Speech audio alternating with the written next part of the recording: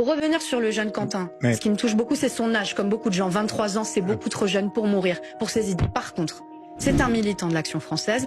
Par contre, il a participé à des défilés néo-nazis qui scandaient des slogans de nostalgie du Troisième Reich. Et 90 ans après le lynchage de Léon Blum par l'Action française, on fait aujourd'hui 1 minute de silence pour ce jeune homme. Moi, je trouve qu'on doit se poser des questions. Notre parti l'a voté et je comprends pourquoi, puisque vous essayez tous de nous le mettre sur le dos. Ça aurait confirmé que vous pensez qu'on n'en a rien à faire. C'est faux. Par contre, posez-vous les bonnes questions. Posez-vous les bonnes questions. Il y a des gens qui sont victimes de crimes racistes qui n'ont pas le droit à ces minutes de silence. Qu'est-ce que vous voulez que je vous dise? Alors que le RN a des liens avec le GUD qui a assassiné Monsieur Arambourou et personne ne leur fait de procès. Et vous savez juste une dernière chose. Il y a un mois à Lyon, l'extrême droite a encore fait un mort.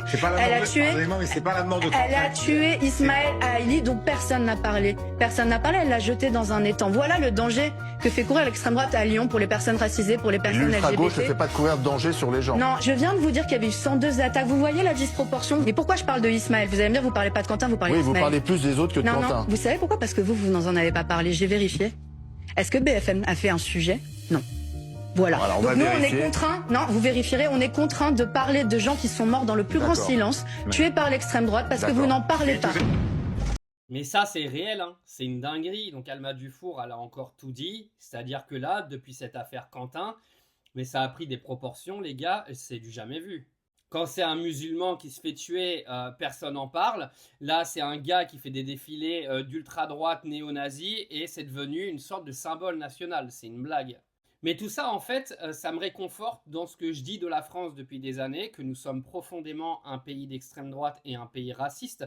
Et on reviendra de toute façon à notre origine bientôt, parce que je pense que le Rassemblement national prendra la tête du pays à un moment ou à un autre, et les gens verront de toute manière que les gens qui sont aujourd'hui au RN ne sont rien d'autre que la continuité de Macron, mais ça, c'est un autre débat. Quant à la minute de silence, non, je suis désolé, elle n'aurait jamais dû avoir lieu. Ok, le gars est décédé, il était très jeune, c'est condamnable, c'est déplorable, mais dans ces cas-là, on fait des minutes de silence à tous ceux qui se font tuer dans la rue en permanence. Là, le problème de ce qui s'est passé, les gars, c'est que vous avez toute l'extrême droite et tous les patriotes à la con là, qui s'amusent sur TikTok à venir faire les grands héros de la patrie, là, qui se sont servis en fait de la mort de ce gars-là pour justement continuer de propager leur discours. C'est-à-dire que le Quentin, ils en ont rien à foutre, hein. Ils ont juste saisi l'opportunité de faire leur propagande débile. Et de l'autre côté, à l'ultra-gauche, ils ont fait la même chose. Ils se sont servis de la mort d'un gars pour faire leur combat politique. Et le gars, il est mort en plus déjà pour ce combat politique à la base. C'est un drame. Et puis les médias, on n'en parle même pas, parce que comme dit Alma Dufour, tout ce qui s'est passé avant, personne n'en parle. Les femmes voilées qui se font agresser, on n'en parle pas. Les musulmans qui meurent, on n'en parle pas. Ça n'intéresse personne. Par contre là, quand c'est un gars qui s'appelle Quentin, ou si ça avait été un Mathéo ou un Théo ou quoi que ce soit, bien sûr que là, on va faire passer tout le monde pour des grands méchants, et puis on va en parler pendant 8 semaines.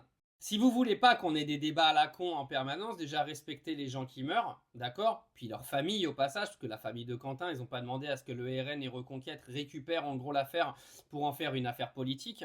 Et puis parlez tout simplement, ou faites des minutes de silence tout simplement à tous les gens qui se font tuer tous les jours. Ça évitera en fait de prouver aux gens que la mort de certains n'est qu'un outil politique pour les élections de 2027.